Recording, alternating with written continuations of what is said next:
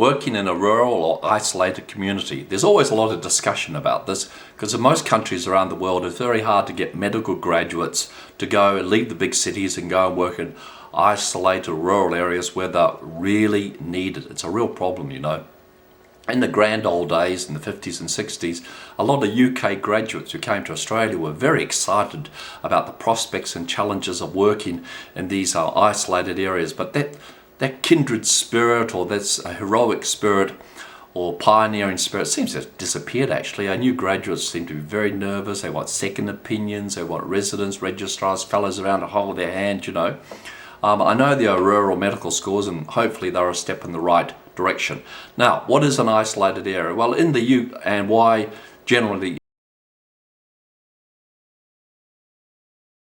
in the UK they have villages and they seem to be highly coveted and everybody wants to work in nice setup. In New Zealand, well, it's a small country, so I suppose you're not really isolated to a great deal as you are, say, in Australia. Australia, boy, is that isolation, not only by distance, by the climate, flooding, bushfire, poor roads, lousy air services. You're isolated. Now, in the US, yes, another big country, you're isolated. But at least in the US, you've got great air services which can allow you to get in and out relatively easily in terms of income.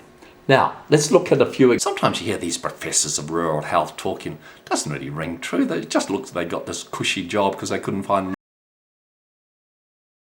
There's no clinical studies or what they consider valid clinical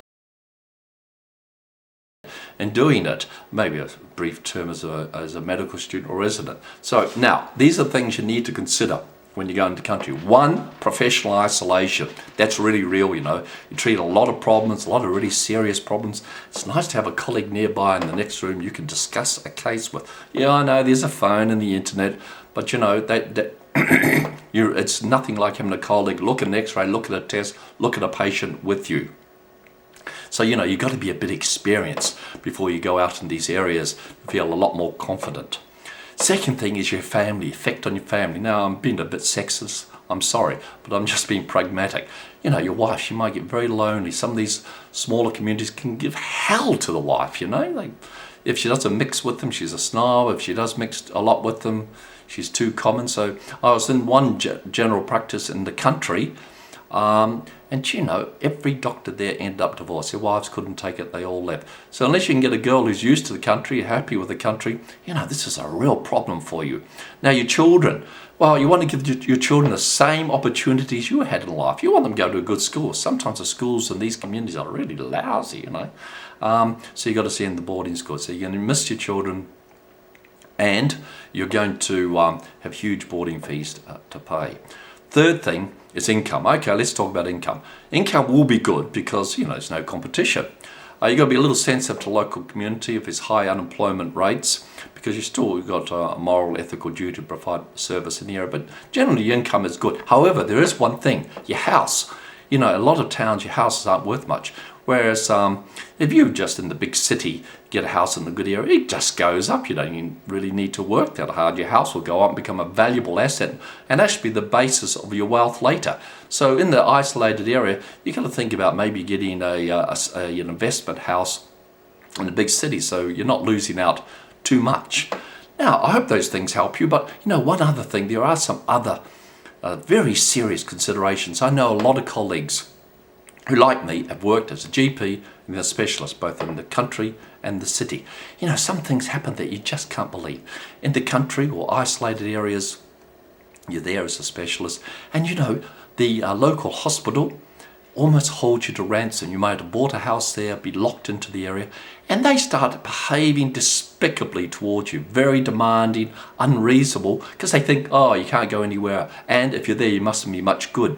So these can be very disappointing factors and something that you can really get upset about. Hey, look, there's my phone. Someone must be after me. Anyway, they'll wait a few minutes.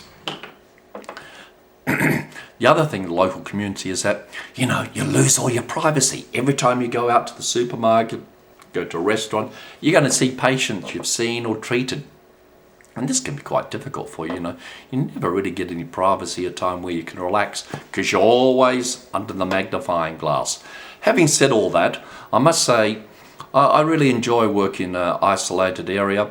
I find that my other colleagues, general practitioners, are just a great group of guys. You know, they're very dedicated, and you know, they're a lot better than most of the ones in the city, who, especially in my particular area, I feel they're just taking it easy. They're not really providing service for the community and just spending their career looking after number one.